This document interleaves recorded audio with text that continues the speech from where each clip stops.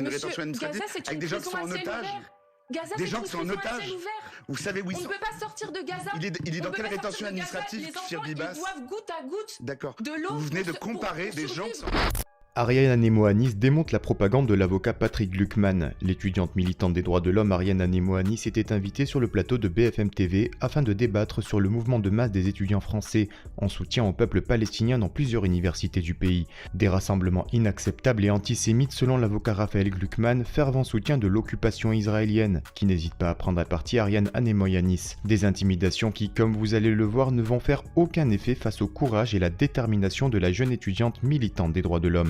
Vous en pensez quoi, vous, madame du Hamas? Vous êtes en train de justifier qu'il y ait 34 000 morts en me parlant du Hamas, mais c'est insupportable parce que moi je suis étudiante mobilisée contre le génocide et dans les plateaux télé, sur les plateaux télé, on nous accuse d'être pro-Hamas, d'être pro-Iran, on nous assimile à la nuit de cristal, mais c'est délirant ce niveau d'offensive contre les jeunes qui osent dénoncer le génocide à Gaza, qui osent dénoncer les massacres. Et ce que moi je retiens de cette intervention, c'est que en mai, ça n'est toujours pas possible de dénoncer ce qui se passe à Gaza. Ça n'est toujours pas possible. Et effectivement, il y a un lien dénoncer ce qui se passe à Gaza. Ça et la convocation d'un certain nombre de représentants politiques pour leur prise de position sur Gaza parce qu'ils n'ont pas dit qu'ils étaient pour Israël. Et pour vous, c'est la même chose dans les facs, c'est la même chose qui s'est passé notamment hier à la Sorbonne. On empêche ceux qui sont contre ce qui se passe à Gaza de parler en France. Il y a eu 3 interventions de police dans les universités en une semaine.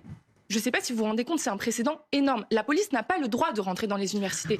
C'est un lieu sacré. Elle n'a pas le droit. Donc il y a eu des interpellations à la Sorbonne. Elle a le droit, la preuve elle l'a fait. Elle en a le droit. Mais elle en a le droit. Vous dites c'est un lieu sacré, c'est un sanctuaire, c'est un principe, d'accord, mais elle en a le droit. Oui, c'est un principe. Normalement, la police ne rentre pas comme si elle était chez elle parce qu'en fait, il y a un sit-in ou un drapeau palestinien. Ça n'est pas possible de dire ça. Ça fait 6 mois qu'il y a des massacres à Gaza et on ne peut toujours pas dire que ce n'est pas normal. C'est ça la réalité. Moi, je suis désolée, mais dès qu'on est contre le génocide, on nous accuse de tous les noms. Et je suis désolée, mais moi, je n'ai vu aucun journaliste demander à Meyer Habib, qui parle de cancer gazaoui, qui dit massacrez-les tous, qui dit qu'il n'y a pas de colonisation de la Palestine par Israël, etc.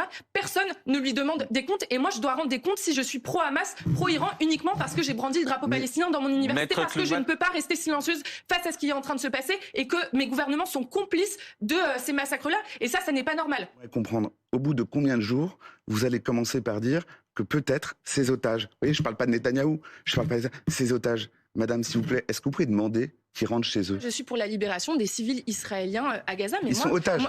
Je suis également pour otages, la libération madame. des civils palestiniens, des 10 000 prisonniers palestiniens qui sont dans les geôles israéliennes.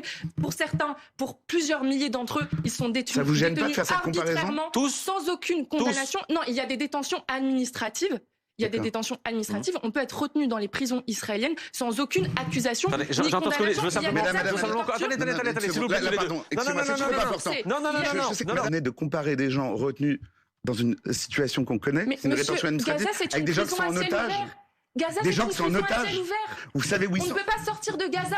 Il est dans quelle rétention administrative, Kfir Bibas? Ils doivent goutte à goutte de l'eau. Vous venez de comparer des gens qui sont en rétention administrative avec des gens qui sont otages d'une milice terroriste. 1,4 million vous êtes élève avocate, madame. Qui sont coincés à Rafah, ils n'ont pas d'eau, ils n'ont pas de nourriture. Il y a une famine qui menace 300 000 enfants à Gaza. Stop tous les deux. Non, c'est terminé.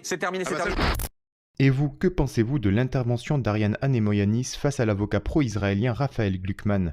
Donnez-nous votre avis en commentaire. En attendant, rejoignez-nous, soutenez l'information Break News.